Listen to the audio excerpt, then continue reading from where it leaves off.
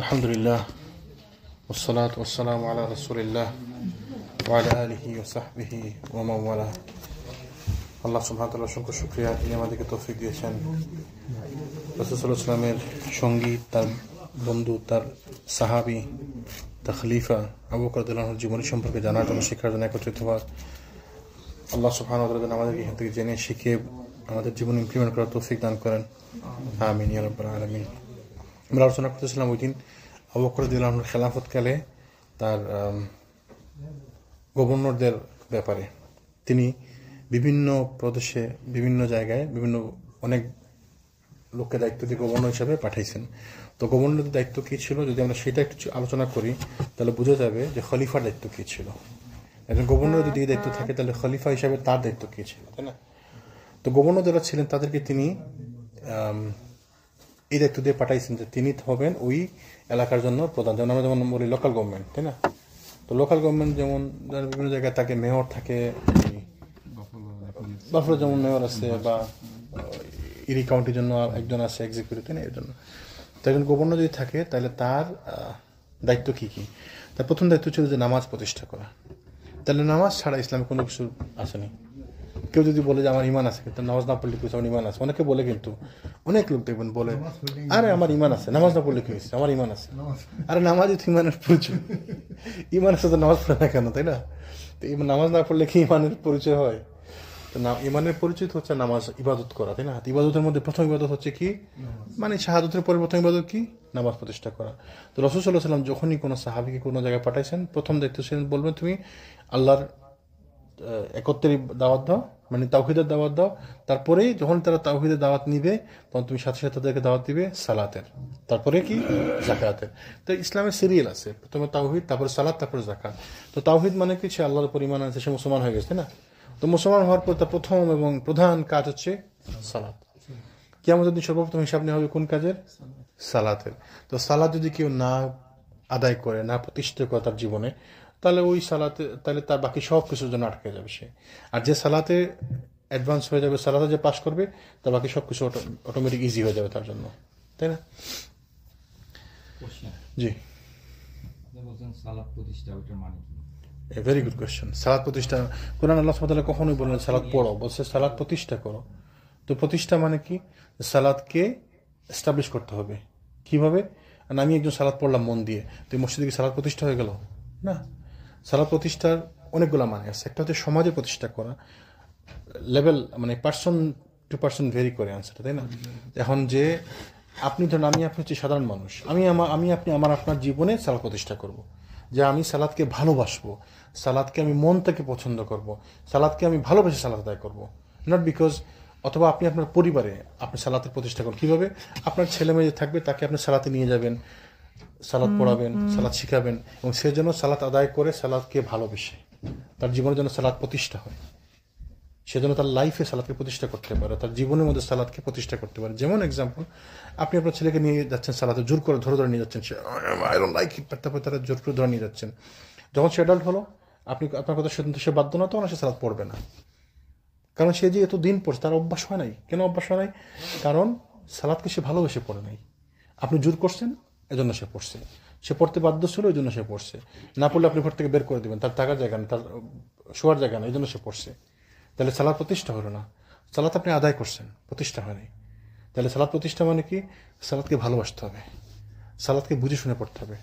আল্লাহ সুবহানাহু ওয়া তাআলার মধ্যে বলছে না, ইন্নাস সালাতা তানহা আনিল ফাহশাই ওয়াল মুনকার, নিশ্চয়ই সালাত মানুষকে প্রত্যেক ফাহিশা কাজ থেকে বিরত রাখে।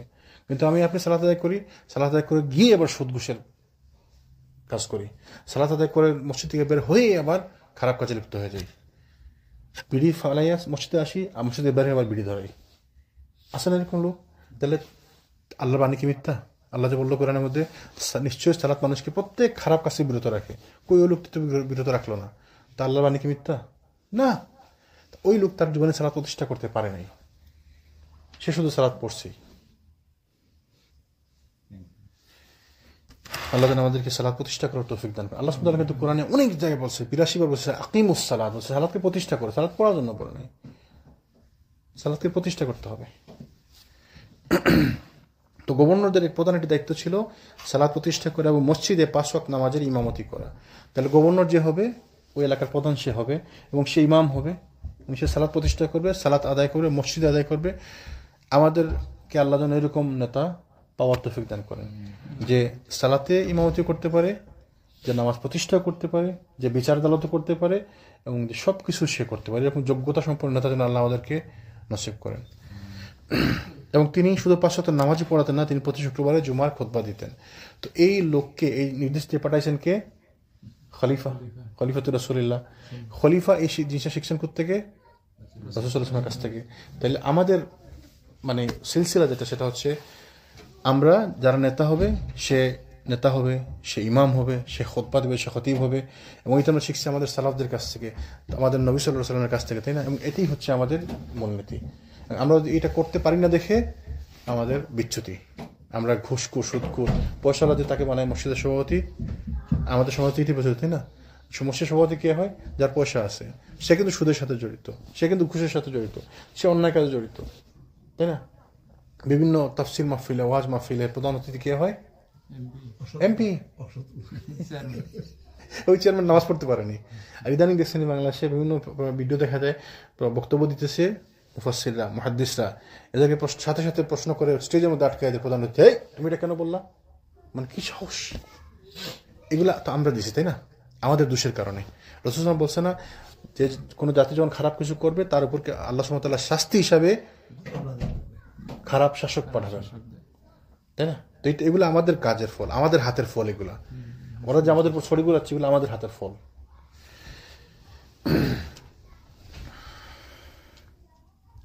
ঘটনাক্রমে নামাজি ইমামতি করার আদেশ শুধু প্রদেশের গভর্নরের উপরই ছিল না। শুধু প্রদেশের গভর্নরটা দেখতো না। দেখেন সেনাবাহিনী ছোট প্লাটুন, যখন আর্মি পাঠাতেন তার মধ্যে আমির যে থাকতো, ওই লোক আবার আরেকটা ছোট গভর্নমেন্ট পাইয়া গেল, তাই না? ধরেন এক্সাম্পল, আমরা এখান থেকে 10 জন লোককে পাঠাইলাম, আপনাদের 10 জনকে পাঠাইলাম যে আপনারা একটু এলাকায় যান, আপনাদের মধ্যে আপনি আমির, তাহলে আপনার দায়িত্ব, আপনি হন নেতা। তাহলে এই যে ছোট্ট একটা দেশের মতো এটুদের নেতা আপনি, এদেরকে নামাজি ইমামতি করার দায়িত্ব আপনার, এদের প্রতি খুতবা দেওয়ার দায়িত্ব আপনার, এদের বিচার আদালত করার দায়িত্ব আপনার। তাহলে দেখেন ইসলামকে দুইভাবে মানুষকে গড়ে তোলে। প্রত্যেকটা লেভেলে যে নেতা হয় সে পুরো যোগ্যতা সম্পন্ন লোক হয়। আমাদের পুরা এন্টায়ার দেশ খুঁজে 2 জনের নেতা পাওয়া যাবে না। হয়তো তার তেলাওয়াত খুব সুন্দর, তার কোরআনের বুঝ খুব ভালো, কিন্তু দুনিয়াবি কোনো বুঝ নাই তার। আনাল দেখবেন এইগুলো আছে, সে ড্রাইভিং করতে পারে না, ওইদিকে সে যোগ্য না। নাইলে সব আছে, সে দেখবেন ভাষাতে তার ইয়ে নাই, দখল নাই। নাইলে সবগুলো আছে, দেখবেন তার আচরণ জঘন্য আচরণ। মানে অথচ দেখেন এই প্রত্যেকটা লোক রাসূল সাল্লাল্লাহু আলাইহি ওয়াসাল্লাম থেকে শুরু করে যারা নেতা হয়েছে, আবু বকর, ওমর, উসমান, আলী, তারপর তারা যাকে গভর্নর হিসেবে পাঠাইছেন বা এই গভর্নররা যাকে নেতা হিসেবে সেনাবাহিনী দায়িত্ব দিয়ে পাঠাইতেন, প্রত্যেকটা লোক ছিল যোগ্যতা সম্পন্ন। তো আমাদের মধ্যে ওই যোগ্যতাটা হারাইছে দেখে আমরা এই যে দুর্বল হয়ে গেছি। আর কি দায়িত্ব ছিল গভর্নরদের? মুসলিম সৈন্যবাহিনী তদারকি করা। তো মুসলিম সৈন্যবাহিনী তদারকি কে করবে? সেনাপতি করবে। তাহলে ওই গভর্নর যে সালাত ইমামতি করছে, যে খতিব ছিল, সে আবার সেনাবাহিনীর প্রধানও। সে সেনাবাহিনীর প্রধান, সে যুদ্ধে যায় সবার আগে, যুদ্ধ থেকে সে সবার আগে। রাসূল সাল্লাল্লাহু আলাইহি ওয়াসাল্লাম যতদিন সেনাবাহিনী ছিলেন, রাসূলুল্লাহ জীবিত ছিলেন, অনেকগুলো যুদ্ধে তিনি দায়িত্ব নিয়েছেন না? সেনাবাহিনী প্রধান ছিলেন না উনি? যত যুদ্ধে তিনি ছিলেন, তিনি সেনাবাহিনী প্রধান ছিলেন না? আমাদের ইমামরা, খতিবরা শুধু বক্তব্যই দেয়, বাইরে কোনো কাজে তারা সামনে যায় না, কারণ তারা পারে না, এগুলো যোগ্যতা নাই। আর বাইরে যে লোকের যোগ্যতা আছে, মসজিদের ভিতরে আসলে 2 কলম লিখতে পারবে না, 2 কলম বলতে পারবে না আরবি। একটা সূরা বলেন, সূরা ফাতিহা ধরেন, শেষও করতে পারবে না। সুবহানাল্লাহ। আর কি দায়িত্ব ছিল? নতুন বিজিত ভূমি পরিদর্শন করা। যেসব জায়গাগুলো নতুনভাবে মুসলমানরা দখল করছে, ওই সমস্ত জায়গাগুলো পরিদর্শন করা। কিভাবে? ওই সমস্ত জায়গারও গভর্নরশিপের দায়িত্ব নেওয়া, আনটিল নতুন একজন গভর্নর পাঠানো, মদিনা থেকে পাঠানো পর্যন্ত। তাহলে সে তার দায়িত্বের পাশাপাশি আরেকটা এলাকার দায়িত্ব নিল এবং ওইখানে যা করতো সব এখানে করবে। খলিফার পক্ষে আনুগত্যের শপথ করানো। খলিফার পক্ষে আনুগত্যের শপথ মানে তখন তো ছিল বায়াত। বায়াত মানে ইসলামী রাষ্ট্রের যদি প্রধান কেউ হয় তাহলে তার হাতে বায়াত নিতে হয়। তো তার পক্ষ থেকে এখন ধরুন আবু বকর তো আছেন মদিনায়, তার হাতে হাত রেখে বায়াত নেওয়া তো পুরা মুসলিম সমৃদ্ধ সবার জন্য সম্ভব না। তার পক্ষ থেকে তার গভর্নররা ওই এলাকার মানুষের বায়াত নেবেন খলিফার পক্ষ থেকে, তাই না? এটা ছিল তাদের দায়িত্ব। তার মানে আপনি যদি গভর্নরের আনুগত্য করেন তাহলে আপনি খলিফার আনুগত্য করলেন, আর খলিফার যদি আনুগত্য করেন তাহলে আপনি ইসলামের আনুগত্য করলেন, আল্লাহ রাসূলের আনুগত্য করলেন। জি যে এখন যে আপনার যে ফিরা যে বায়াত করে খামসাটা ছাড়াই দিতে 30-40 জন ধরে, জি না, এগুলা তাহলে এই এগুলা বায়াতটা বেদাত। কি এটা কি ওইখান থেকে না না না না, এগুলো বেদাত। আর ওইখান থেকে নিচে, ওইখান থেকে ওরা গেলে নিচে আমিরের বায়াত করতে হতো। আমির তো রাষ্ট্রের আমিরের কথা বলা হয়েছে। সাহাবিদের জীবনে এরকম কোন সাহাবি, যত সাহাবি অন্যান্য জায়গায় গেছেন, ইয়েমেনে গেছেন সাহাবিরা, ওই যে তারপরে ইয়েতে ইরাকে গেছেন, ইরানে গেছেন, কোন সাহাবিরা কারো হাত থেকে বায়াত নেন নাই। শুধুমাত্র যারা আমির ছিলেন তারা খলিফার পক্ষ থেকে বায়াত নিতেন। মানে রাষ্ট্রের প্রধানের পক্ষ থেকে আমি বায়াত নিতেছি। ফর এক্সাম্পল, আমি এই এলাকার প্রধান, আমাকে খলিফা পাঠাচ্ছে এলাকার প্রধান করে, তো আমি এলাকার প্রধান হিসাবে আপনারা তো খলিফার কাছে যেতে পারবেন না, আপনাদের কাছ থেকে আমি বায়াত নিলাম, এইটা বলে নিলাম যে বায়াত আপনারা আমাকে বায়াত দেন, খলিফার আনুগত্যের বায়াত দেন। মানে খলিফাকে আমার আনুগত্য করতেছেন না, খলিফার আনুগত্য করতেছেন। কিন্তু উনি সরাসরি আপনার সাথে যাইতে পারবেন না, বা আপনি ওনার কাছে যাইতে পারবেন না, এজন্য আপনি আমার মাধ্যমে ওনার কাছ থেকে বায়াত নিতেছেন। উনি আমাকে এখতিয়ার দিয়ে দিচ্ছেন, অথরিটি দিয়ে দিচ্ছেন। যেটা হয় আমাদের দেশে, আমরা নিজেরাও দেখছি, আমাদের সিলেটে আছে ফুলতলি সাহেবের ইয়েতে, তাই না, যারা গেছেন দেখছেন, ওটা গামছা ফেলাইতে, গামছাতে একজন ধরে, বাকি একজন আরেকজন কাপড় ধরে, একজন আরেকজন হাতে ধরে, পুরা মসজিদে সবাই ধরাধরি করে বায়াত নিল। এইটা হচ্ছে বেদাত। আপনি কি রাষ্ট্রপ্রধান? আপনি কেন বায়াত নেবেন? এটা চলবে না, এগুলা বানোয়াট। আর কি রাজস্ব আদায়ের পদ্ধতি, রাজস্ব আদায় করতে মানে কি জাকাত। রাজস্ব বলতে তো মুসলিম সমাজের রাজস্ব মানে কি ছিল? জাকাত। আর নন মুসলিম হইলে জিজিয়া, কর, ট্যাক্স। তো এগুলো আদায় করার দায়িত্ব। তারপরে শান্তি শৃঙ্খলা নিশ্চিত করা, মানে আবার পুলিশিং করা তো পুলিশ, তাই না? তো দেখেন, এই যে একটা রাষ্ট্র গঠন হয়েছে, প্রত্যেকটা দায়িত্ব মুসলমানদেরকে কে শিখিয়ে দিচ্ছে? এগুলা কেউ শিখিয়ে দেয় নাই, তারা নিজেরা এগুলা বুঝছে। এবং এইগুলোই আসলে বর্তমান ডিপার্টমেন্ট। দেখেন, একটা রাষ্ট্রলিখি ডিপার্টমেন্ট থাকে, স্বরাষ্ট্র মন্ত্রণালয় থাকে, পররাষ্ট্র মন্ত্রণালয় থাকে, এই অর্থ মন্ত্রণালয় থাকে, এই সবগুলো জিনিস কিন্তু এনারা কভার করছেন। এদেরকে কে শিখাইছে এগুলা? এই রাষ্ট্রবিজ্ঞান এদেরকে কে পড়াইছে? কেউ না।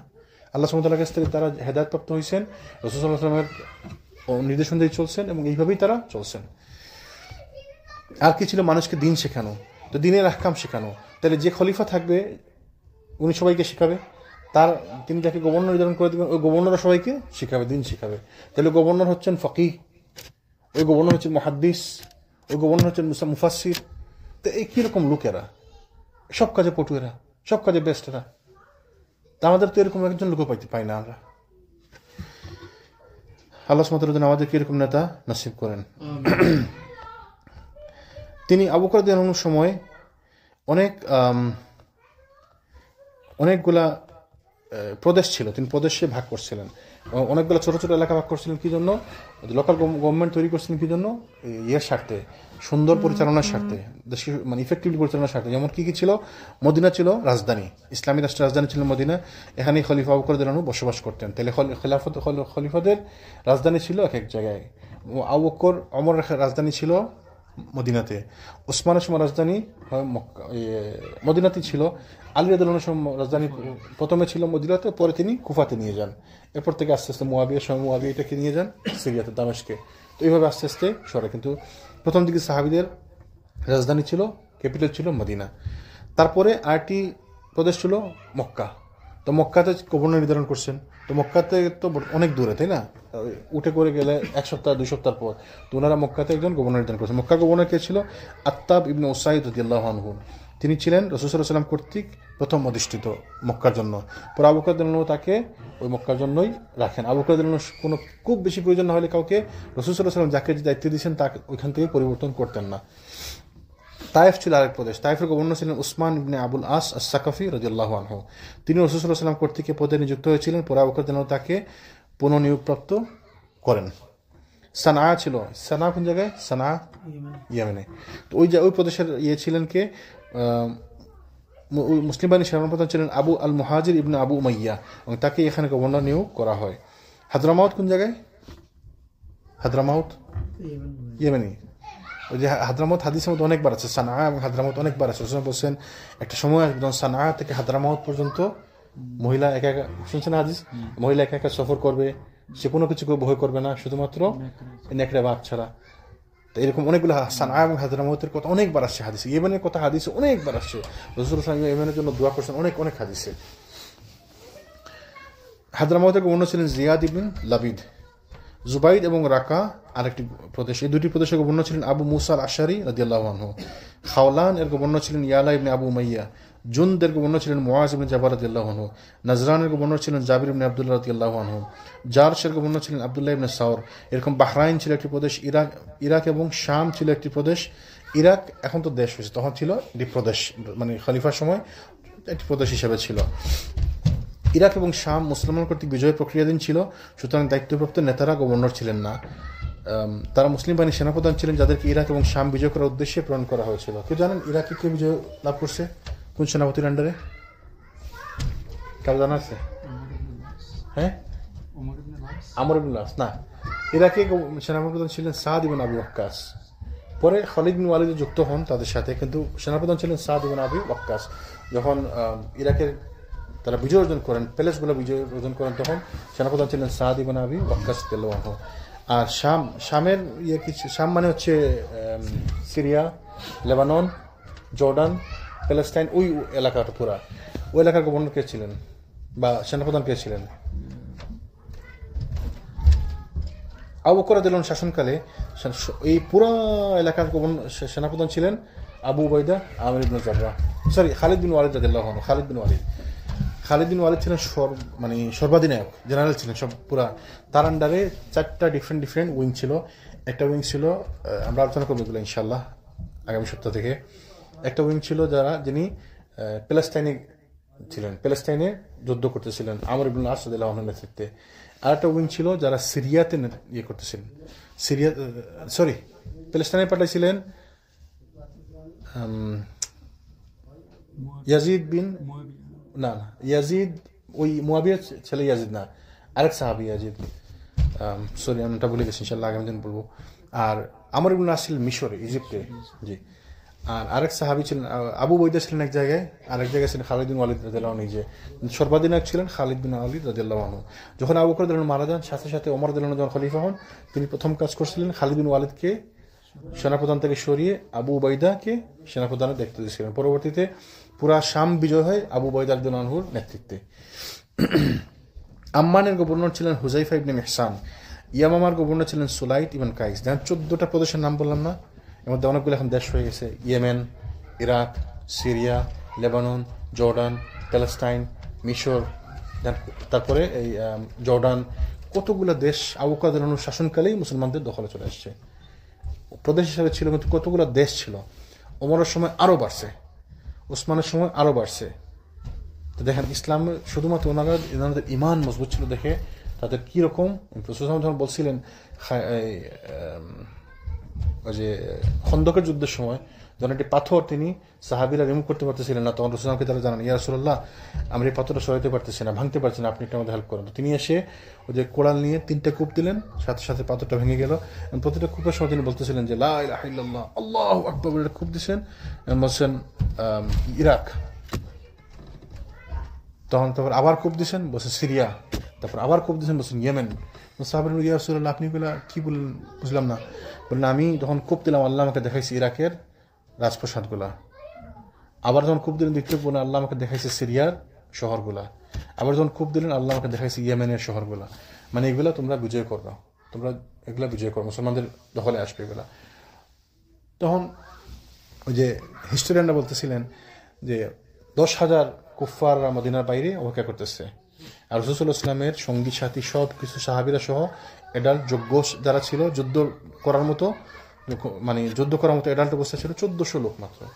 1400 এগেইনস্ট 10,000, এরা এখানেই বাঁচবে কি মরবে গ্যারান্টি নাই। এখানে যারা এই বিপত্তি কাটিয়ে উঠতে কোনো গ্যারান্টি নাই। উনি বলতেছে কই ইরাক আর কই সিরিয়া, কোন জায়গায় ইয়েমেন। তৎকালীন যুগে দুই পরাশক্তি, যেমন বর্তমানে রাশিয়া আমেরিকা, তখন ছিল ইরাক আর সিরিয়া, তাই না? কিন্তু আল্লাহ সুবহানাহু ওয়া তাআলা চাইলে এই সাহাবীদের জীবদ্দশায় যারা উপস্থিত ছিলেন সাহাবী, তাদের মধ্যে ছিলেন আবু বকর, ওমর, ওসমান, আলী, ওই সাহাবীদের জীবদ্দশায় রাসূল সাল্লাল্লাহু আলাইহি ওয়াসাল্লাম যে ভবিষ্যদ্বাণী করছিলেন আল্লাহ সুবহানাহু ওয়া তাআলা ফলাই দিচ্ছেন না? কি জন্য? শুধুমাত্র ইমানের জোরে। তা আমাদের ইমানটা নাই। সাহাবীরা রাসূল সাল্লাল্লাহু আলাইহি ওয়াসাল্লাম সাহাবীরা এক জায়গাতে সফর থেকে আসতেছিলেন, তো তারা এক গোত্রের মধ্যে আশ্রয় নিয়েছেন। তো গোত্রে তারা খাবার চেয়েছেন, খাবার দিল না।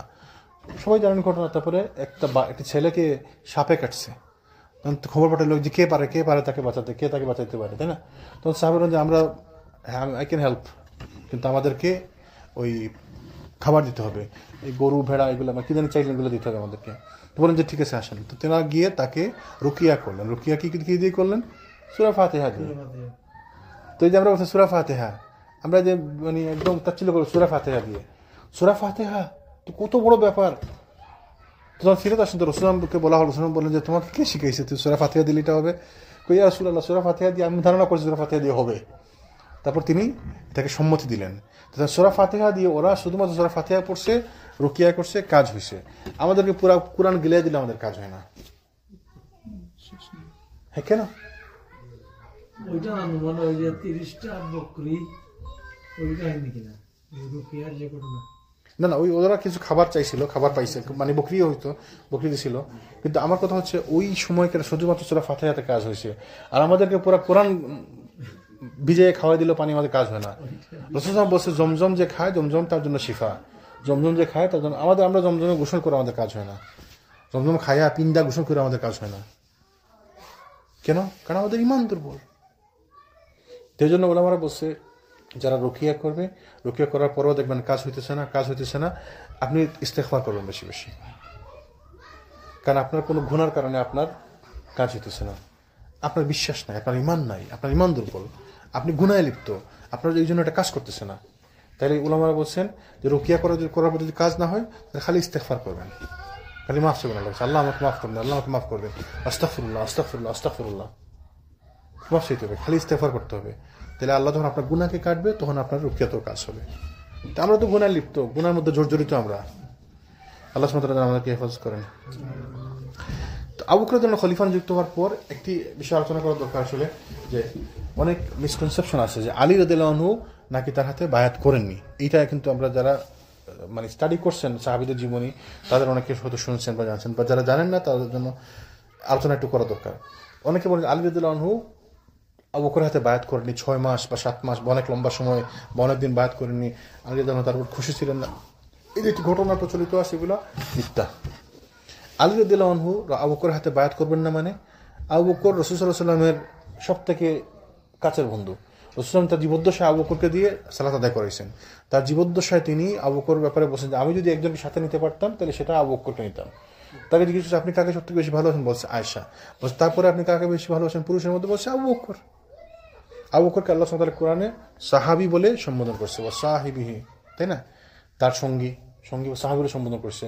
তো ওই লোককে আলী রাদিয়াল্লাহু আনহু নাম মানার কোনো কারণ আছে? মোটেই না, অসম্ভব। কিন্তু এইটারে ওই কিছু লোক যাদের অন্তরের মধ্যে বক্রতা আছে এটাকে ঘুরিয়ে ফিরিয়ে মানুষের সামনে এইভাবে প্রচার করে যে আলী তার হাতে বায়াত নেন, কিন্তু ঘটনা মিথ্যা। যখন আবু বকর এবং ওমর রাদিয়াল্লাহু আনহু খেলাফত নিয়ে চিন্তা করতেছিলেন, রাসূলের মৃত্যুর পর যে খেলাফত কিভাবে হবে, এবং তারা বনু সাইদা চত্বরে গেছেন, খেলাফত নিয়ে আলোচনা করছেন, আনসারদের সাথে প্রবত আবু বকরের হাতে খেলাফত বায়াত নিয়েছেন, তখন আলী রাদিয়াল্লাহু কই ছিলেন? আলী রাদিয়াল্লাহু আনহু কোথায় ছিলেন? কে বলতে পারবেন? আলী কেন তাদের সাথে যান নাই? কারণ আলী রাসূল সাল্লাল্লাহু আলাইহি ওয়াসাল্লামকে গোসল করাচ্ছিলেন। রাসূল সাল্লাল্লাহু আলাইহি ওয়াসাল্লাম যে মারা গেছেন তার জানাজা বডি সৎকারগুলো কে করবে? তার পরিবারের লোকেরা। আলী রাদিয়াল্লাহু আনহু আব্দুল্লাহ ইবনে আব্বাস, জুবাইর রাদিয়াল্লাহু আনহু। জুবাইর কে ছিলেন? রাসূল সাল্লাল্লাহু আলাইহি ওয়াসাল্লামের ফুফাতো ভাই। আলী ছিলেন তার আপন চাচতো ভাই এবং জামাতা, এবং আব্দুল্লাহ ইবনে আব্বাস ছিলেন তার আপন চাচতো ভাই। এরা তার পরিবারের একদম প্রাইমারি সদস্য, এরা, তাই না? তো এরা মিলে রাসূল সাল্লাল্লাহু আলাইহি ওয়াসাল্লামকে গোসল করাচ্ছিলেন, কাফন পরাচ্ছিলেন, এবং তার জানাজা দেখাশোনা করছেন, তার জানাজা দেখতেছিলেন। তো একজন লোক মারা গেলে জানাজা দেখতে লোক থাকা লাগে না? তো তারা ওগুলো দেখাশোনা করতেছিলেন। এই জন্য আলী এবং জুবাইর রাদিয়াল্লাহু আনহু এবং আব্দুল্লাহ ইবনে আব্বাস রাদিয়াল্লাহু তারা ওই খেলাফতের আলোচনাতে ছিলেন না। কিন্তু যখন আবু বকর খলিফা হলেন, আলী রাদিয়াল্লাহু আনহুর সাথে সাথে কিছুদিনের মধ্যেই তার হাতে বায়াত নিয়েছেন, যখন তিনি ফ্রি হয়েছেন। আবার এক বর্ণনা আসছে পরের দিন তিনি বায়াত নিয়েছেন। আরেক বর্ণনা আসছে যখন আবু বকর খলিফা হলেন তখন তিনি শুক্রবার জুমার দিনে মসজিদে যখন খুতবা দিচ্ছিলেন বা মসজিদে আলোচনা করতেছিলেন, তার খলিফা হওয়ার পর তিনি প্রথম বক্তব্য যখন দিচ্ছিলেন মসজিদে, তখন তিনি দেখলেন যে মসজিদে আসছেন আবু বকর, আলী এবং জুবাইর। তো তিনি তাদেরকে বললেন, জুবাইরকে উদ্দেশ্য করে, ইয়া রাসূল সাল্লাল্লাহু আলাইহি ওয়াসাল্লামের ফুফাতো ভাই, আপনি কি চান সমাজে বিশৃঙ্খলা তৈরি হোক? তিনি বলেন যে না, খলিফাতুর রাসূলুল্লাহ কেন আমি চাইবো? বলে তাহলে আপনি বায়াত করেননি কেন? বলে সাথে সাথে। বলে না, আমার কোনো সমস্যা নেই। বলে সাথে সাথে এসে বায়াত করলেন জুবাইর। আলীকে দেখলেন, আলীকে দেখে তিনি বললেন যে ইয়া রাসূল সাল্লাল্লাহু আলাইহি ওয়াসাল্লামের চাচতো ভাই এবং জামাতা, আপনি কি চান সমাজে বিশৃঙ্খলা হোক? বলে না কেন? বলে তো তুমি কেন বায়াত করলেন এখনো? বলে তো তিনি সাথে সাথে এসে বায়াত করলেন। এই হচ্ছে এক বর্ণনা। আরেক বর্ণনা আসছে আলী রাদিয়াল্লাহু আনহু যখন রাসূল সাল্লাল্লাহু আলাইহি ওয়াসাল্লাম তিনি তার বাসায় ছিলেন, তো মন খারাপ, রাসূল সাল্লাল্লাহু আলাইহি ওয়াসাল্লাম মারা গেছেন, তার পরিবারের সদস্য না, মারা গেছেন, তো মন খারাপ। তো বাসায় ছিলেন, তখন কে একজন তাকে এসে বললো যে আবু বকর মসজিদে বক্তৃতা দিচ্ছেন, নতুন খলিফা মসজিদে বক্তৃতা দিচ্ছেন। তো সাথে সাথে তিনি তার গায়ে যা কাপড় ছিল, যে পরনের অবস্থায় ছিল অবস্থায় তিনি দৌড় দিয়ে মসজিদে গেছেন, এমনকি তার গায়ে ওই জুব্বাটা পর্যন্ত ছিল না পরা, মানে ঘরে যেমন আর পায়জামা পরি না এরকম পায়জামা ছিল, তিনি ওইটা পরেই তিনি দৌড় দিচ্ছেন মসজিদে গিয়ে, তার হাতে বায়াত নিয়েছেন এবং বায়াত নিয়ে আসার পরে তিনি জুব্বা পরছেন, জুব্বা পরে তারপরে আবার মসজিদে গেছেন। আরেক বর্ণনা আছে, সাহাবী বলছেন যে তাকে প্রশ্ন করা হয়েছে যে যখন রাসূল মারা গেছিলেন তখন কি আপনি ছিলেন? বলে হ্যাঁ আমি ছিলাম। তখন আলী নাকি আবু বকর খলিফা হয়েছেন কোন দিন? বলছেন ওই দিনই। তো বললেন আলী কখন তার হাতে বায়াত? বলছে পরের দিন। তাইলে বোঝা গেল সবগুলো বর্ণনা একত্র করে বোঝা যায় আলী রাদিয়াল্লাহু আনহু অ্যাজ সুন অ্যাজ পসিবল তার হাতে বায়াত নিয়েছেন। তো এটা নিয়ে আসলে জল ঘোলা করার কোনো, পানি ঘোলা করার কোনো সুযোগ নাই। আলী রাদিয়াল্লাহু আনহু তার হাতে বায়াত নিয়েছেন, জুবাইর রাদিয়াল্লাহু তার হাতে বায়াত নিয়েছেন, এবং এত বড় বড় সাহাবীরা সবাই বায়াত নিয়েছেন, আলী বায়াত নিবেন এটা কোনো কথা? আর মুসলমানরা রাসূল সাল্লাল্লাহু আলাইহি ওয়াসাল্লামের হাদিস থেকে আমরা জানি না যে দায়িত্ব চেয়ে নেওয়া যাবে না। এই আবু বকর নিজের দায়িত্ব চেয়ে নেন, তাকে জোর করে দেওয়া হয়েছে, খলিফা তাকে জোর করে বানানো হয়েছে, বানানোর পরে তাকে মানতে হবে। দায়িত্ব দিয়েছেন আমাকে, আর আমাকে মানতে হবে, আর আমার আনুগত্য করতে হবে। আমি দায়িত্ব চাই নেই, দায়িত্ব দিয়েছেন আমাকে, এখন আমার আনুগত্য করতে হবে। আপনি আনুগত্য না করলে আপনি রাসূল সাল্লাল্লাহু আলাইহি ওয়াসাল্লামের আনুগত্য করলেন না, আপনি আল্লাহর আনুগত্য করলেন না, তাই না? আলী রাদিয়াল্লাহু আনহু তার হাতে আনুগত্য বায়াত নিছেন পরের দিনই বা কিছুদিনের মধ্যেই। তো এটা নিয়ে যারা জল পানিগুলা করে এদেরকে সুযোগ দেওয়া যাবে না, এইটা আসলে ঠিক না।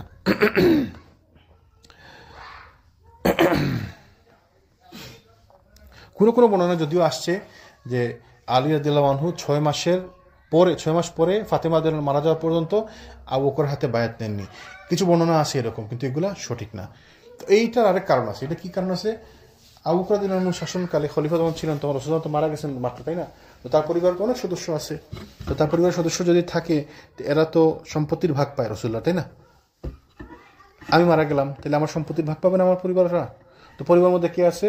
ফাতেমা আছেন মেয়ে, আলী আছেন মেয়ের জামাই, এবং তার চাচাতো ভাই, তাহলে চাচাতো ভাই হিসেবেও তিনি সম্পত্তির ভাগ পান। তার নাতিরা আছেন, তার বউরা আছেন, অনেক অনেক রাসূলুল্লাহর মৃত্যুকালীন সময় তার অনেকজন স্ত্রীকে রেখে গেছেন, তাই না? শুধুমাত্র খাদিজা রাদিয়াল্লাহু আনহা ছাড়া বাকি সবাইকে তো তিনি রেখে গেছেন, তাহলে সবার ভাগ আছে। তাহলে সবাই মোটামুটি চাচ্ছিলেন সম্পত্তির ভাগ, তারা খাবেন কি? তাদের তার ইনকাম নাই, ইনকাম সোর্স নাই। তো ফাতেমা রাদিয়াল্লাহু আনহা এসে আবু বকরকে বললেন যে আমাকে রাসূলুল্লাহর সম্পত্তি আমাকে ভাগ দেন। তখন আবু বকর যেন তাকে স্মরণ করাই দিলেন রাসূল সাল্লাল্লাহু আলাইহি ওয়াসাল্লামের হাদিস। কি তিনি কি বলেন? রাসূল সাল্লাল্লাহু আলাইহি ওয়াসাল্লাম বলে গেছেন, লা নুরাসু মা তারাকনা সাদাকাতুন ইন্নামা ইয়াকুলু আলু মুহাম্মাদিন ফি হাযাল মাল। যে আমরা নবীরা সম্পত্তির জন্য উত্তরাধিকার রেখে যান না, যা রেখে যান সেটা হচ্ছে সাদাকা। এই যে রাসূলুল্লাহ সাল্লাল্লাহু আলাইহি ওয়াসাল্লামের হাদিস, তাহলে নবীদের সম্পদে কারো উত্তরাধিকার হয় না, নবীদের সম্পদ হচ্ছে সাদাকা।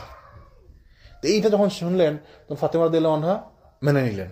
তো এইখানে আবার শয়তানরা ঢুকে বলে যে ফাতেমাকে তার সম্পত্তি দিলেন না, এই জন্য ফাতেমা রাগ করে তার সাথে কথা বলেনি মৃত্যু পর্যন্ত, এবং এই জন্য আলী তার সাথে কথা বলেনি মৃত্যু পর্যন্ত। অথচ রাসূল সাল্লাল্লাহু আলাইহি ওয়াসাল্লাম তো নিজেই বলে গেছেন, লা নুওয়ারিসু, কোন ওয়ারিশ উত্তরাধিকার হয় না রাসূলের সম্পদে। কিন্তু কি বলছেন? আমাদের নবীদের কোনো ওয়ারিশ হয় না, নবীদের ওয়ারিশ হয় না সম্পদে, যা রেখেছেন সেটা হচ্ছে সাদাকা। লা নুওয়ারিস, কোনো সম্পদে কোনো ওয়ারিশ হয় না। তাইলে এবং এইটা শোনার পরে ফাতেমা সহজেই মেনে নিচ্ছেন। মেনে নিবেন না কেন? ফাতেমাকে রাসূল বলেই গেছেন যে আমার পরে সর্বপ্রথম আমার সাথে মিলিত হবে কে? ফাতেমা। ফাতেমা তো মৃত্যুর জন্য অপেক্ষা করতেছিলেন। তো যে মৃত্যুর জন্য অপেক্ষা করতে, সে কি সম্পদ নিয়ে ফালাফালি করবে? আজকে যদি আমাকে কেউ বলে আপনার মৃত্যু 6 মাস পরে, আপনি 6 মাস পরে মারা গেছেন, আমি ধরেন গ্যারান্টি পেয়ে গেলাম 6 মাস পরে মারা যাবো, তাহলে আমার কি আর এই দুনিয়া নিয়ে কোনো টেনশন থাকবে না? আমি আমার নতুন ফোন আইফোন আর আমার সম্পত্তির ভাগ বাটোয়ারা চাইবো নি?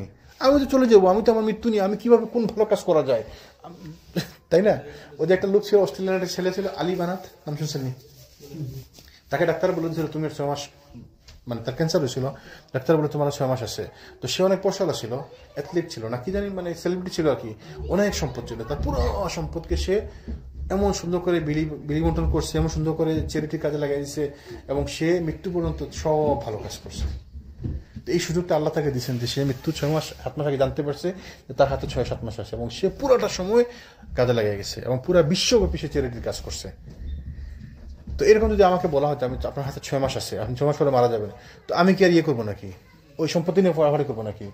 তাহলে ফাতেমা কেন সম্পত্তি নিয়ে ফালাফালি করবেন? 1, 2, ফাতেমা কি জানেন না আবু বকরকে? আর ফাতেমা কি জানেন না যে তার বাবা যদি বলে যান যে তোমার সম্পত্তির কোনো উত্তরাধিকার নেই, ফাতেমা কি মারামারি করবেন? এটাকে আমরা বিশ্বাস করি না। তো এইখানে শয়তানরা ঢুকে এইগুলা প্রচার করছে। তো এইটাও প্রচারণা, এটা মানা যাবে না। আরেক বর্ণনা শাহ করে জানাবেন, আল্লাহর কসম রাসূল সাল্লাল্লাহু আলাইহি ওয়াসাল্লামের সাদাকা তার জীবদ্দশায় যে অবস্থা ছিল আমি সেই অবস্থা থেকে এতটুকু পরিবর্তন করব না। এ ব্যাপারে তিনি যেভাবে ব্যবহার করে গেছেন আমিও ঠিক সেভাবেই ব্যবহার করব, কেননা আমি আশঙ্কা করি যে তার কোনো কথা ছেড়ে দিয়ে আমি পথভ্রষ্ট হয়ে যেন না যাই। এই রাসূল সাল্লাল্লাহু আলাইহি ওয়াসাল্লাম যেভাবে সাদাকা ব্যবহার করছেন ওইভাবেই আমি সাদাকা ব্যবহার করব। এবং তিনি তার পরিবারবর্গকে, রাসূল সাল্লাল্লাহু আলাইহি ওয়াসাল্লামের পরিবারবর্গকে ভাতা দিতেন এবং তাদেরকে ওই যে খায়বারে তার অংশ, রাসূল সাল্লাল্লাহু আলাইহি ওয়াসাল্লামের জমিন ছিল, সম্পদ ছিল, তারপরে খন্দকের যুদ্ধে তিনি কিছু ফাই পাইছিলেন, বিভিন্ন যুদ্ধে ছিলেন যে গনিমতের মাল লব্ধ হয়েছে ওইগুলো থেকে তাদেরকে তিনি খরচ দিতেন, কিন্তু ওয়ারিশ কাউকে দেননি, কারণ ওয়ারিশ দেওয়া নিষেধ ছিল। সব নিজে নিষেধ করে গেছেন যে নবীদের কোনো ওয়ারিশ না। নবীদের ওয়ারিশ কি? রাসূল আর এক হাদিসে বলছেন না যে নবীরা সম্পত্তি রেখে যান না উত্তরাধিকার হিসেবে কি রেখে যান? কি? জ্ঞান। তো রাসূলের রিসালাতের জ্ঞান যে অর্জন করবে সে হচ্ছে আলিম, এবং এই জন্য বলে আল উলামা ওয়ারাসাতুল আম্বিয়া, আলিমরা হচ্ছে নবীদের উত্তরাধিকারী। কেন? কারণ তারা যারা রাসূলের রিসালাতের জ্ঞান যারা নিবে, তাহলে দিনের জ্ঞান তাদের কাছে আসে, ওরাই হচ্ছে রাসূলের উত্তরাধিকার। জ্ঞানের দিক থেকে উত্তরাধিকার। রাসূল সাল্লাল্লাহু আলাইহি ওয়াসাল্লাম আসছিলেন কি জন্য? মানুষকে অন্ধকার থেকে আলোর দিকে নিয়ে আসার জন্য, তাই না? তো কি দিয়ে? জ্ঞান দিয়ে। তো জ্ঞান যার কাছে থাকবে সে হচ্ছে জ্ঞানের উত্তরাধিকার। সম্পত্তির উত্তরাধিকার কারো, রাসূলের সম্পত্তির উত্তরাধিকার কেউ হয় না। তাছাড়া আবু বকর যখন মারা গেছেন তখন ওমর খলিফা হয়েছেন, তাই না? তো ওমর খলিফা হওয়ার পরও তিনিও তো দেন নাই। আচ্ছা, তিনি যখন মারা গেলেন তারপর আলী নিজে খলিফা হয়েছেন এক সময়, তাই না? তো আলী তো নিজেও তো সম্পত্তির, রাসূলের সম্পত্তির ভাগ নেন নাই, কারণ তো তারা হকপন্থী ছিলেন, তারা সত্যটা জানতেন এবং মানতেন তারা, তাই না? আপনি হলে সংবিধান পরিবর্তন করে দিতাম হয়তো। কিসের কি সংবিধান পরিবর্তন কর, 200 সদস্যের মত নিয়ে সংবিধান পরিবর্তন কর, 2/3 মতামত নিয়ে, তাই না? তা আমরা এই জন্য সংবিধান পরিবর্তন করি, কিন্তু কোরআন যদি সংবিধান হয় তাহলে পরিবর্তন হবে না। আরেক বর্ণনা এসেছে বুখারীতে, আয়েশা রাদিয়াল্লাহু আনহা বলেন যে রাসূল সাল্লাল্লাহু আলাইহি ওয়াসাল্লাম ইন্তিকালের পর তার সহধর্মিণীগণ আবু বকরের নিকট রাসূল সাল্লাল্লাহু আলাইহি ওয়াসাল্লামের পরিত্যক্ত সম্পত্তির অংশ পেতে ওসমান রাদিয়াল্লাহু আনহুকে পাঠাতে চাইল। তো আয়েশা রাদিয়াল্লাহু আনহা তাদের উদ্দেশ্যে বললেন যে আপনারা কি জানেন না যে রাসূল সাল্লাল্লাহু আলাইহি ওয়াসাল্লাম বলেছেন লা নুওয়ারিসু মা তারাকনা সাদাকাতুন, আমরা যা ছেড়ে যাই তা সাদাকা রূপে গণ্য হয়। মা তারাকনা, আমরা যা ছেড়ে যাই, সাদাকাতুন, সাদাকা হিসাবে গণ্য হয়, ওইটা ওয়ারিশ হয় না। তো আয়েশা তো নিজেও ওয়ারিশের এটা ভাগ পাইতেন, তাই না? তো তিনি যদি নিজে ভাগ পাইতেন, আর সম্পত্তি কম ছিল না, খায়বারে সম্পত্তি ছিল, মদিনাতে সম্পত্তি ছিল, ওই যে গনিমতের মাল থেকে পাইছেন খুমুস মানে 1/5 পাইতেন না? যে কোনো যুদ্ধে গনিমতের মাল পেলে তার 5 ভাগের 1 ভাগ ছিল রাসূল সাল্লাল্লাহু আলাইহি ওয়াসাল্লামের, আল খুমুস, তাই না? আবার ফাই পেতেন, ফাই মানে যুদ্ধ ছাড়াও এলাকা দখল করছেন, এলাকা দখল করলে তার একটা ভাগ থাকতো, তাই না? তো তার তো সম্পত্তি ছিল কিছু, সম্পত্তি ভাগ পেতে তিনিও তো কিছু পাইতেন, আয়েশা রাদিয়াল্লাহু আনহা। তো তিনি তো নিজেও তার অংশ চান নাই, তিনি বলছেন যে এটা রাসূল তো বলেই গেছেন। তাহলে দেখেন এখানে একটা জিনিস গুরুত্বপূর্ণ খেয়াল করেন যে তিনি জানার পরেও লুকাননি, কিন্তু অথচ এটা লুকালে কিন্তু তিনিও ভাগ পাইতেন, তাই না? তিনি ভাগের চিন্তা না করে তিনি জ্ঞানটাকে বলে দিচ্ছেন, তার কাছে যে জ্ঞান ছিল হাদিসটা, তিনি হাদিসটাকে প্রচার করছেন। তাহলে আমাদের যদি কারো কোনো জ্ঞান থাকে কোনো বিষয়ে, সেটা আমাদেরকে বলতে হবে। আপনি জ্ঞান লুকালেন, আপনি খেয়ানত করলেন, আপনি হয়তো কোনো ভুল করতেছেন, আমি জানতেছি জিনিসটা ভুল, তারপর আমি বললাম না কেন? কারণ আপনি আমার পছন্দের লোক, আপনি আমার খাতিরের লোক, অথবা আপনি সম্মানের লোক, আপনাকে আমি অসম্মান করতে চাই না, অথবা আমি বললাম না, এমনি বললাম না, আমার ইচ্ছা করতেছে বললো না, তাহলে আমি খেয়ানত করলাম। আমার কাছে জ্ঞানটা ছিল, কিন্তু আমি আপনাকে ওই পথে যাওয়া থেকে আটকা দিতে পারলাম না, তাহলে আমি জ্ঞানের খেয়ানত করলাম। তাহলে জ্ঞান থাকলে বলতে হবে। আপনার কোনোদিন জানা থাকলে আমি বলতে, হ্যাঁ বলার অবশ্য সিস্টেম আছে, আপনি খারাপ ভাই এটা এইভাবে না, সুন্দর করে উত্তমভাবে যেভাবে বলা দরকার ওইভাবে বলতে হবে। আল্লাহ তাআলা আমাদের বোঝার তৌফিক দান করেন। তো এই ছিল এই আবু বকর রাদিয়াল্লাহু আনহু এবং ফাতেমা রাদিয়াল্লাহু আনহুর ব্যাপারে তাদের যে মতানৈক্যের যে ব্যাপারটা ছিল ওইটা, আসলে যদিও এটা কোনো মতানৈক্য ছিল না।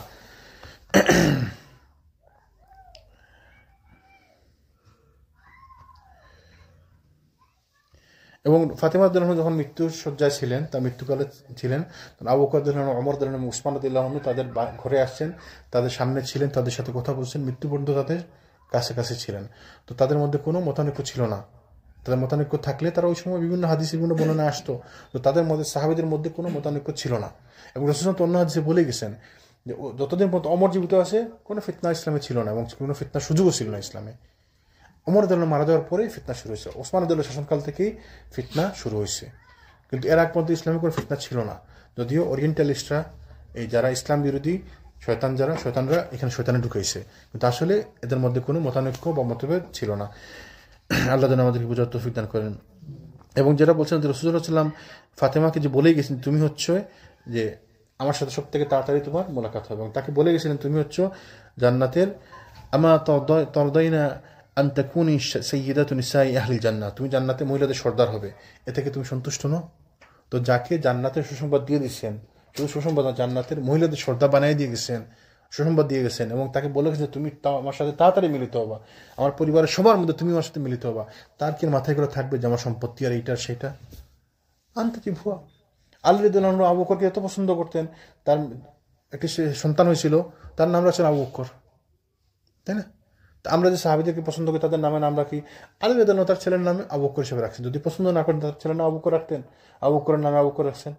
আবু বকর মৃত্যুর পর তার সর্বশেষ যে সব থেকে ছোট যে ছেলে ছিল মুহাম্মদ, তাকে আলী রাদিয়াল্লাহু তার ঘরে নিয়ে গেছেন, তিনি গিয়ে তার আবু বকরের ছেলেকে লালন পালন করছেন। তো যদি সম্পর্ক না থাকতো ভালো, তো এটা কি করতেন? আবু বকর আলী রাদিয়াল্লাহু তার শাসনকালে বলতেছেন একবার তার খেলাফতের সময় যে আপনারা কি জানেন যে ইসলামের মধ্যে এই ইসলাম সাহাবীদের মধ্যে সব থেকে সাহসী কে? তাকে বলা হয় ইয়া আমিরুল মুমিনিন, আপনি আর কে, আপনি ছাড়া কে? তিনি বলেন যে না, আমি যদিও কোনো যুদ্ধে হারিনি, কোনোদিন কেউ আমাকে হারাইতে পারেনি, এটা সত্য, কিন্তু সব থেকে সাহসী ছিলেন আবু বকর রাদিয়াল্লাহু আনহু। কেন? যখন তিনি গুহায় ছিলেন তখন রাসূলুল্লাহ সাল্লাল্লাহু আলাইহি ওয়াসাল্লামের সঙ্গে ছিলেন, তখন কেউ ছিল না তার সাথে দুদিন ছাড়া, তখন আল্লাহ সুবহানাহু ওয়া তাআলা তাকে বলছেন লা তাহসান ইন্নাল্লাহা মা'ানা ওয়া ক্বালা লিসাহিবিহি লা তাহসান ইন্নাল্লাহ, তোমার সঙ্গীকে বলো, আল্লাহ সুবহানাহু ওয়া তাআলা আয়াত নাযিল করে দিয়েছেন যে তোমার সঙ্গী ভয় পাচ্ছিল, তো তুমি বলো যে তোমাদের সঙ্গে আল্লাহ আছেন, তোমরা ভয় করো, তোমাদের সঙ্গে আল্লাহ আছেন। তো ওই সময় রাসূল সাল্লাল্লাহু আলাইহি ওয়াসাল্লামের সঙ্গে ছিলেন। আরেকদিন আরেকটি বিষয় বর্ণনা করছেন, যখন মক্কাতে আমরা ছিলাম তো রাসূল সাল্লাল্লাহু আলাইহি ওয়াসাল্লামকে ওরা মারতেছিল, তাই না, কুফাররা, তো আমরা কেউ ভয়ে আগে যাইনি, আবু বকর একলা আগে গেছেন, কে তিনি বলছেন লা তাকতুলু, মানে আপনারা কি একটা মানুষকে মেরে ফেলবেন শুধুমাত্র বলছে সে ইয়াকুলু রাব্বি আল্লাহ, শুধু শুধু বলে আমার রব হচ্ছে আল্লাহর জন্য, আপনারা তাকে মেরে ফেলবেন? তো তিনি বাধা দিচ্ছেন, আমরা কেউ সাহস করে যাইতে পারি নাই, আবু বকর একলা গেছেন। তারপর আবু বকরকে মেরে ওরা অনেক মারছে, অনেক পিটাইছে, কিন্তু তারপর আবু বকর পিছপা হন নাই। তো এই যে সাহসের কথা বলছেন, তিনি যদি পছন্দ না করতেন, আমি যদি আপনাকে পছন্দ না করি, আপনার গুণগান আমি করবো নি? আমার থেকে তো বড় করে আপনাকে গুণগান করবো না। তাহলে এগুলা ওই শয়তানদের শয়তানি, ইসলামের মধ্যে এগুলা ছিল না। জি, দানের ক্ষেত্রে তো আবু বকর করছেনি, আমি বলছিলাম যে অবশ্যই 100%। আবু বকর রাদিয়াল্লাহু আনহু তো কোনো তুলনা হয় না। আবু বকর রাদিয়াল্লাহু আনহু রাসূল বলেছেন আস-সিদ্দিক, তার নাম হচ্ছে আস-সিদ্দিক উপাধি দিয়েছেন। আস-সিদ্দিক মানে কি? সিদ্দিক মানে হচ্ছে সত্যবাদী। আর যখন কেউ বলে আল আলিফ লাম এড করে, তাহলে সেটা কি হয়? ডেফিনিট হয়ে যায়, তাই না? মানে সব থেকে বড় দ্য বিগেস্ট ওয়ান, সব থেকে বড় সিদ্দিক, মানে সিদ্দিকদের সর্দার হচ্ছেন আবু বকর। এই কিয়ামত পর্যন্ত যত লোক আসবে সবার মধ্যে যত সিদ্দিক থাকবে, তাদের মধ্যে সেরা এবং সব থেকে বড় এবং লিডার সিদ্দিক হচ্ছেন আবু বকর সিদ্দিক। আর কারণ আমার সাথে সিদ্দিক হয় না, আর সিদ্দিক হচ্ছে শুধুমাত্র আবু বকর রাদিয়াল্লাহু আনহু। তাহলে কিয়ামত পর্যন্ত পৃথিবীর ইতিহাসে নবী রাসূলদের পরে সব থেকে দামি লোককে আবু বকর, পুরো পৃথিবীর ইতিহাসে আবু বকর থেকে দামি কোনো লোক নাই পৃথিবীর ইতিহাসে নবী রাসূলদের পরে। তাহলে এই লোকের সাথে কোনো সাহাবী কি চাইব? আবু বকর জীবিত কি কেউ বলছে কোনোদিন যে আমি খলিফা হতে চাই, আপনাকে খলিফা মানি না? বুয়া। আবু উবাইদাকে বলা হয়েছিল, আবু উবাইদা রাদিয়াল্লাহু আনহু রাসূলুল্লাহ বলছেন যে উম্মতের আমিন হচ্ছেন আবু উবাইদা। এক বর্ণনা বলছেন আমিন মানে কি? উম্মতের বিশ্বস্ত, সব থেকে বিশ্বস্ত লোক হচ্ছে আবু উবাইদা। তো ওই আবু উবাইদাকে আবু বকর নিজে অফার করছেন যে আপনাকে আমরা খলিফা বানাই। তিনি বলছেন আস্তাগফিরুল্লাহ, কি বলেন আপনি? আবু বকর বেঁচে থাকতে আমি খলিফা হবো? আপনি কি চান আমার গর্দান কেটে ফেলতে? আবু বকর বেঁচে থাকতে আমি খলিফা হবো? এরকম সম্মান করতেন সাহাবীরা। রাসূল সাল্লাল্লাহু আলাইহি ওয়াসাল্লাম বলে গেছিলেন কি যে এক সাহাবী মহিলাকে বলছে যে পরের বছর আসবো, বলছে ইয়া রাসূল যদি আমি এসে আপনাকে না পাই তাহলে আবু বকরের কাছে যাবা। তাহলে আবু বকরের কাছে মানে আবু বকর তার ছিলেন, বিপি ছিলেন, ভাইস প্রেসিডেন্ট ছিলেন। আবু বকর ছিলেন তার সহকারী, তার একান্ত সচিব, এবং তার কি বলে আমরা সেকেন্ড ইন কমান্ড ছিলেন সবসময়।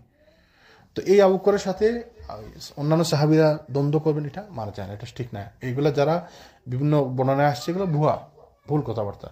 আল্লাহ যেন আমাদের বুঝার তৌফিক দান করেন। ইনশাআল্লাহ আমরা আগামী দিন থেকে আলোচনা করব যুদ্ধ সম্পর্কে, যে এই সাহাবীদের সময়কালে, খেলাফতের সময়কালে যে যুদ্ধগুলো হলো মুসলমানদের জন্য গর্বের ইতিহাস। এই যুদ্ধগত মুসলমানদের জয়কার শুধু আমরা ইনশাআল্লাহ আলোচনা করবো, শুরু করবো আগামী দিন থেকে। আল্লাহ সুবহানাহু ওয়া তাআলা যেন আমাদের বোঝার তৌফিক দান করেন, আমরা যেন সাহাবীদের জীবন থেকে জেনে শিখে বুঝে আমরা আমাদের জীবনে ইমপ্লিমেন্ট করতে পারি। আল্লাহ যেন আমাদেরকে তৌফিক দেন। সুবহানাকাল্লাহুম্মা ওয়া বিহামদিকা আশহাদু আল্লা ইলাহা ইল্লা আনতা আস্তাগফিরুকা ওয়া আতুবু ইলাইক।